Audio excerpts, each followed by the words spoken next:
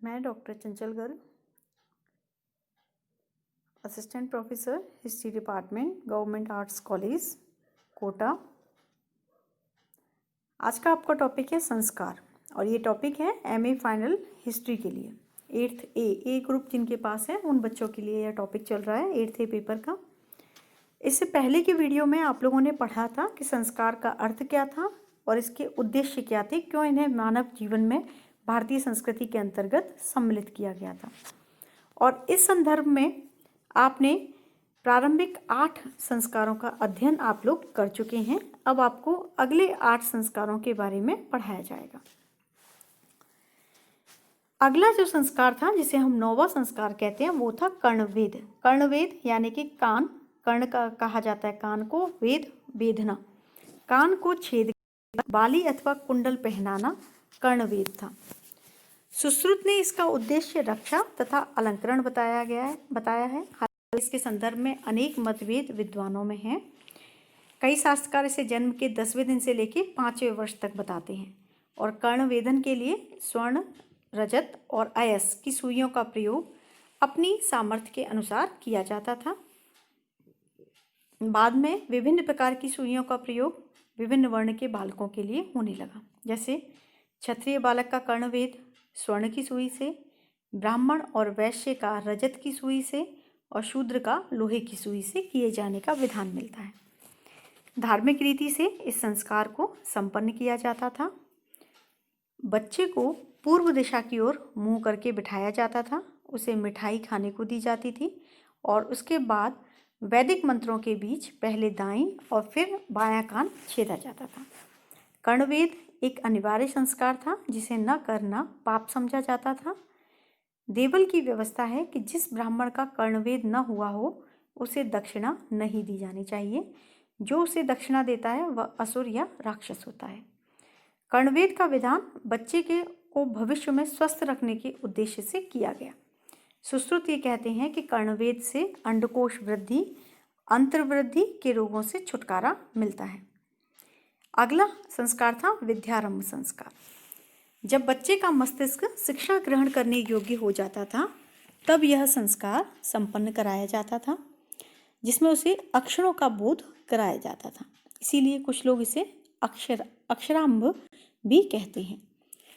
इस संस्कार का समय माना गया जन्म के 5वें वर्ष अथवा उपनयन संस्कार से पूर्व। विद्यारंभ संस्कार एक शुभ दिन एवं मुहूर्त में संपन्न होता था। उस दिन बच्चे को स्नान करके सुगंधित द्रव्यों और वस्त्रों से उसे सजाया जाता था। पहले गणेश, सरस्वती, लक्ष्मी तथा कुल देवों की पूजा होती थी। इसके बाद शिक्षक पूर्व दिशा की ओर बैठकर पट्टी पर बालक से ओम, स्वस्ति, नमः, सिद्धाय आदि लिखवाकर विद्यारंभ करवाता था। बालक गुरु की पूजा करते थे और अपने लिखे हुए को 3 बार पढ़ता था। बालक गुरु को वस्त्र तथा आभूषण प्रदान करता था तथा देवताओं की 3 बार परिक्रमा करता था। उपस्थित ब्राह्मण उसे आशीर्वाद देते थे और संस्कार की समाप्ति पर गुरु को पगड़ी भेंट की जाती थी। विद्यारंभ संस्कार का संबंध बालक की वृद्धि और ज्ञान से था, जिससे उसमें अंतर्निहित बौद्धिक गुण प्रकट होकर सामने आते थे। अगला संस्कार जो कि अत्यधिक महत्वपूर्ण था, उपनयन संस्कार। उपनयन संस्कार वह संस्कार था जिसके माध्यम से बालक संपूर्ण ज्ञान प्राप्त करने का अधिकारी बन जाता था।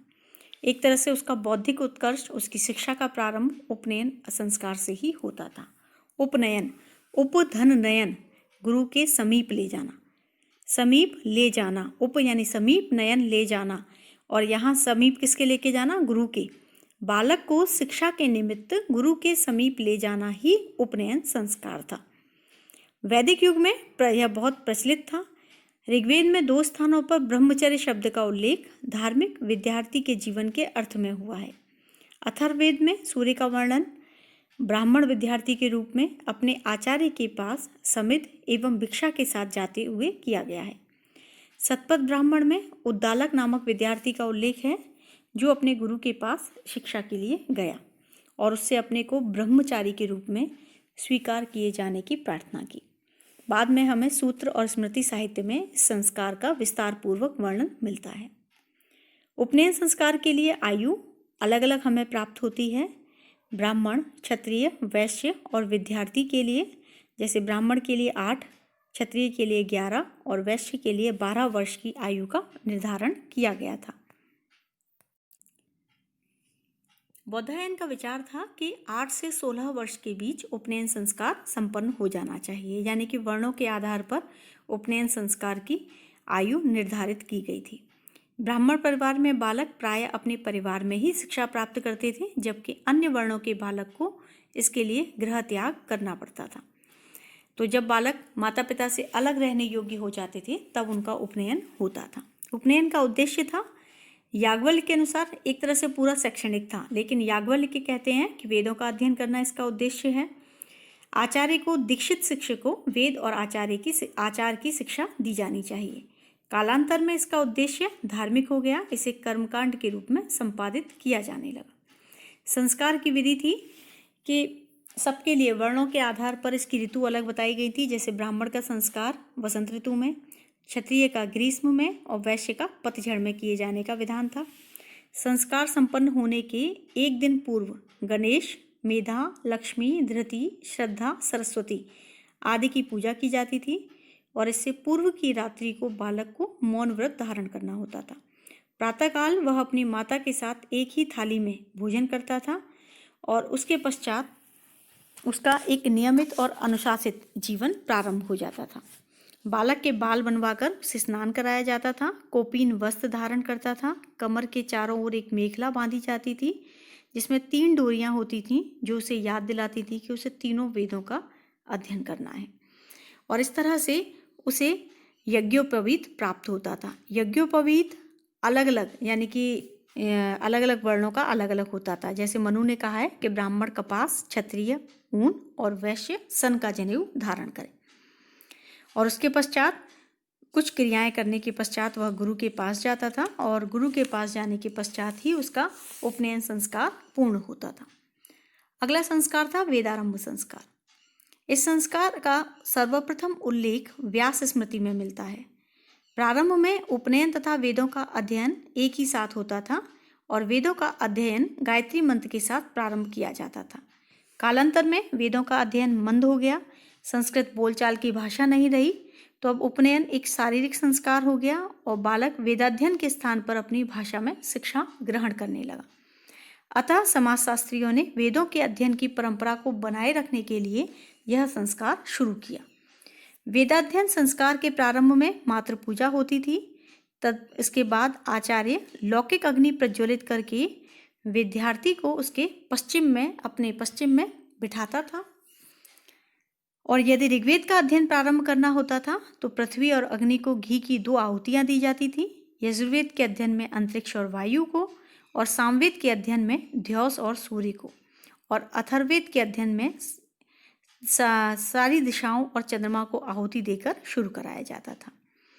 यदि सभी वेदों का अध्ययन करना है तो सभी देवों को आहुति दी जाती थी और इसके पश्चात आचार्य शिष्य को वेद पढ़ाना शुरू करते थे। इसके पश्चात अगला संस्कार था केशांत अथवा गोदान। गुरु के पास रहकर अध्ययन करते हुए विद्यार्थी 16 वर्ष की आयु में प्रथम बार दाढ़ी मूछ बनवाता था, इसीलिए इसे केशांत संस्कार कहा गया है। इस अवसर पर गुरु को एक गाय दक्षिणा स्वरूप दी जाती थी, इसी कारण इसे गोदान संस्कार भी कहा गया है। इस संस्कार के माध्यम से विद्यार्थी को ब्रह्मचर्य जीवन के व्रतों की एक बार पुनः याद दिलाई जाती थी और जिन्हें पालन करने का वह पुनः व्रत लेता था। केशांत संस्कार की विधि चूड़ाकर्म की तरह ही है। वैदिक मंत्रों के बीच नाई विद्यार्थी की दाढ़ी और मूछ काटता था, बालों को पानी में प्रवाहित कर देता था और फिर विद्यार्थी गुरु को एक गाय दक्षिणा में देता था। अंत में वह मौन व्रत रहता था और 1 वर्ष तक कठोर अनुशासन का जीवन व्यतीत करता था। इसके बाद 14वां संस्कार था समावर्तन संस्कार। गुरुकुल में शिक्षा समाप्त करने के पश्चात विद्यार्थी अपने घर लौटता था और समावर्तन नामक संस्कार संपन्न होता था। समावर्तन संस्कार का अर्थ है गुरु के आश्रम से अपने, इसे स्नान भी कहते हैं क्योंकि इस अवसर पर स्नान सबसे महत्वपूर्ण कार्य था। इसी के पश्चात विद्यार्थी स्नातक बनता था। समावर्तन संस्कार के लिए कोई आयु निर्धारित नहीं थी। सामान्यतः अध्ययन की समाप्ति के पश्चात समावर्तन संस्कार होता था। एक तरह से कह सकते हैं आधुनिक दीक्षांत समारोह की तरह राजबली पांडे ने जो कहा है वो है।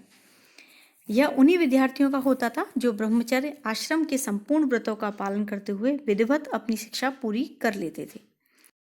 समावर्तन संस्कार किसी शुभ दिन में संपन्न होता था। इस दिन विद्यार्थी प्रातःकाल एक कमरे में बंद रहता था। ऐसा सूर्य को ब्रह्मचारी के तेज से अवमानित होने से बचाने के लिए किया जाता था, क्योंकि ऐसी मान्यता थी कि सूर्य ब्रह्मचारी के तेज से ही प्रकाशमान होता है। मध्याह्न में विद्यार्थी कमरे से बाहर निकलकर गुरु का चरण स्पर्श करता था तथा वैदिक अग्नि में समिधा डालकर उसके प्रति अपनी अंतिम श्रद्धांजलि प्रकट करता था। 8 जल से भरे हुए कलश